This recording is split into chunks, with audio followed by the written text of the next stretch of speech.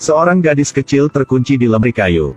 Mereka akan melakukan eksperimen pada tubuh gadis itu. Dia berteriak untuk minta bantuan. Tapi tak siapapun peduli dengannya. Mesin dihidupkan.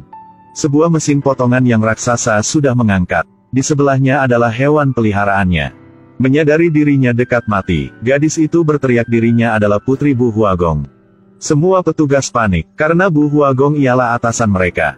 Seorang wanita ini pikir karena gadis ini terlalu takut jadi sudah berbohong. Hasilnya Bu Huagong datang untuk observasi laboratorium. Dengarkan jeritan putrinya Lala, dia buru-buru menutup mesin. Hampir setengah, putrinya sudah mati dalam laboratoriumnya. Pentingnya dia selalu sembunyikan identitasnya. Tidak terduga, putrinya segera mengetahui tentang ibu kandungnya. Kembali ruang, Lala tidak menangis. Gadis itu hanya bertanya Bu Huagong, kenapa mereka harus melaksanakan laboratorium begini, apakah semuanya karena hal yang debu materi gelap darinya?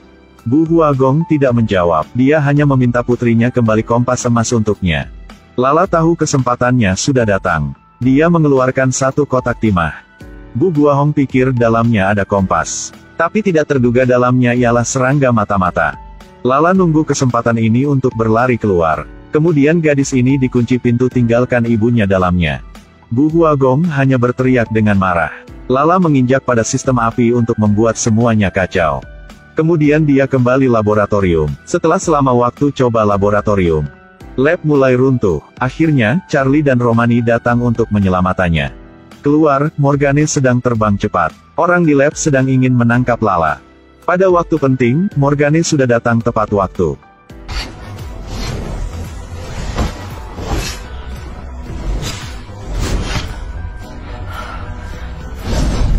Akhirnya, orang Romani sudah menemukan rekannya dan anak-anak. Melihat itu, Bu Huagong tahu semua yang dia buat sudah runtuh. Di sisi lain Lala mengucapkan selamat tinggal pada Garma. Karena dia tahu ayahnya masih di tangan beruang-beruang lapis baja. Lala memperkenalkan dengan Roger tentang beruang lapis baja.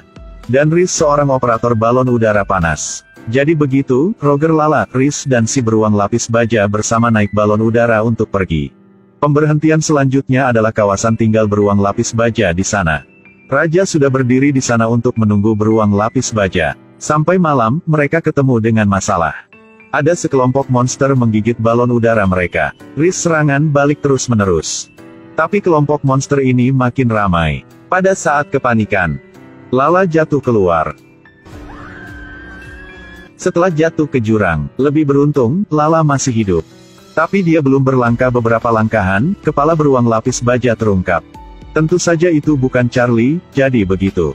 Lala dibawa ke tempat Raja Beruang. Di sini, Lala melihat banyak beruang lapis baja, bahkan ada Raja Beruang. Lihatlah, seorang gadis kecil ini ingin menipu Raja.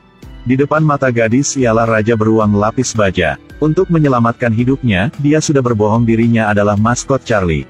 Tapi Charlie diusir dari kerajaan oleh Raja. Sekarang ada manusia di sini. Raja Beruang lapis baja ingin Lala menjadi maskotnya. Tapi sebelum bikin begitu, Raja ingin memeriksa apakah kata-kata Lala benar atau salah. Jadi Raja sudah bertanya Lala, makhluk apa yang saya membunuh pertama? Tentu saja, Lala kurang tahu. Tapi dia punya kompas emas. Lebih cepat dia sudah ada jawaban berkat kompas emas.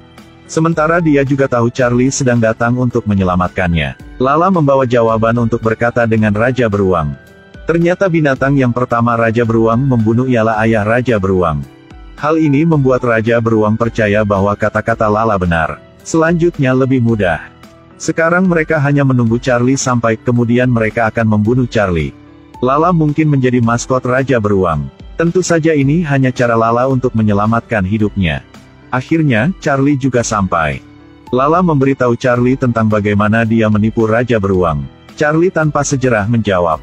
Karena posisi Raja Beruang sekarang seharusnya milik Charlie. Selanjutnya, perang antara dua beruang dimulai. Raja Beruang dengan wajah penuh pola, dia pikir dirinya akan membunuh Charlie. Tapi Charlie juga bertekad untuk mendapatkan kembali tahtanya. Kedua belah pihak bergegas ke pertempuran.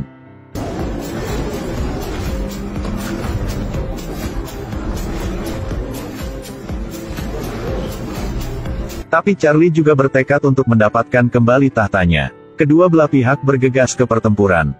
Kedua belah pihak saling mendorong, Raja Beruang didorong pada batu. Satu kakinya sudah terluka. Hal ini membuat dia menjadi marah sampai gila. Dia tidak peduli dengan lukanya, langsung bergeras ke Charlie. Kali ini, Charlie sudah jatuh. Setelah menang, Raja Beruang dengan gila menyerang Charlie. Akhirnya, dia juga digigit pada Charlie, membuatnya berluka serius. Raja Beruang sudah menang.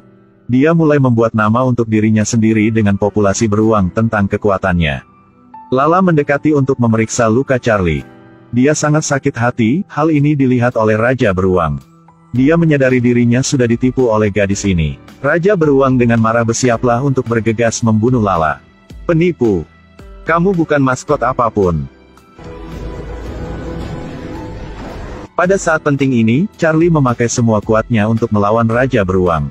Akhirnya, Raja Beruang berteriak dengan menyedihkan. Charlie sudah menang Raja Beruang, ini artinya Charlie sudah menjadi raja yang baru. Di bawah bantuan dari Charlie, Lala sudah menemukan Roger temannya. Melalui kompas emas, mereka juga tahu astronot balon udara panas Reese juga aman. Sekarang mereka hanya memiliki satu hal yang tersisa, itulah menemukan Yiliao, ayah Lala. Pada saat bersamaan, gereja juga mendapat beritahu ini. Jadi tidak siapa bisa mengendalikan Yiliao. Gereja memerintahkan Bu Huagong untuk menghancurkan penelitian Yiliao. Dingin yang keras dari Arktik menembus dua gadis dan satu beruang mengatasi angin dingin.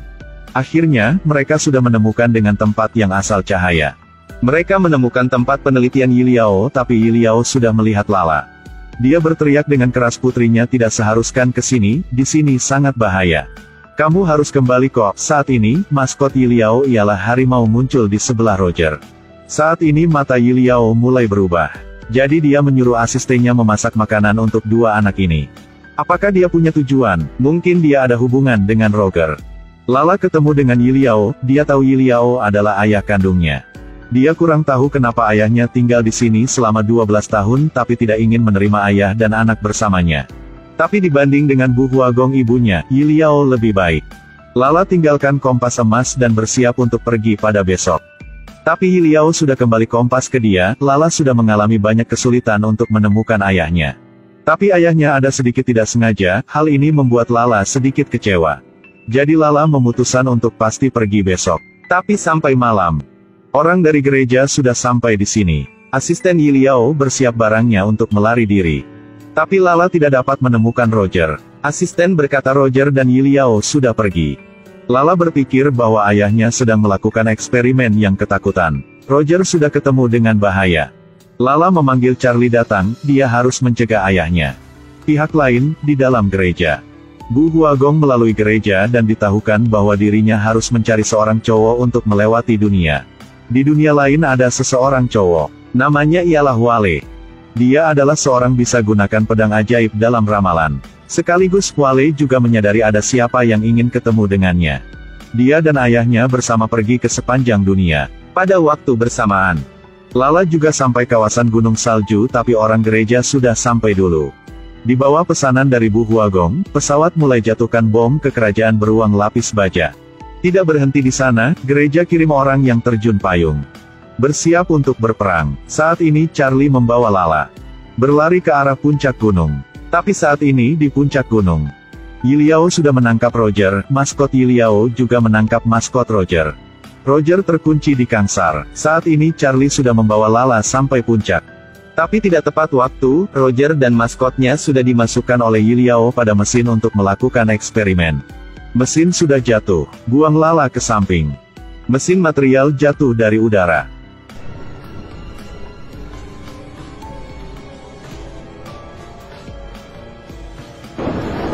Akhirnya, setelah menyerap cahaya yang cukup, satu pintu pelindung dipasang. Ini juga ialah pintu untuk ke dunia lain. Pada saat ini, Bu Huagong sudah sampai puncak. Yiliao tidak terduga, bahkan dia ingin membawa Bu Huagong ke dunia lain. Dia mengatakan bahwa bahaya di dunia ini tidak sederhana.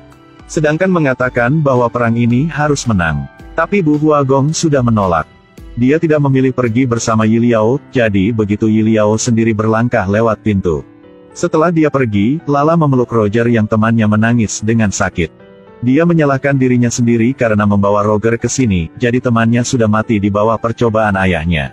Lala memutuskan pergi untuk menemukan kebenaran. Pada waktu bersamaan, Wale sudah menemukan jalan ke dunia Lala. Dia sudah memakai pedang ajaib. Tapi Lala baru adalah seorang punya kompas emas. Mereka memutuskan tinggal di dunia baru untuk melakukan eksplorasi petualangan.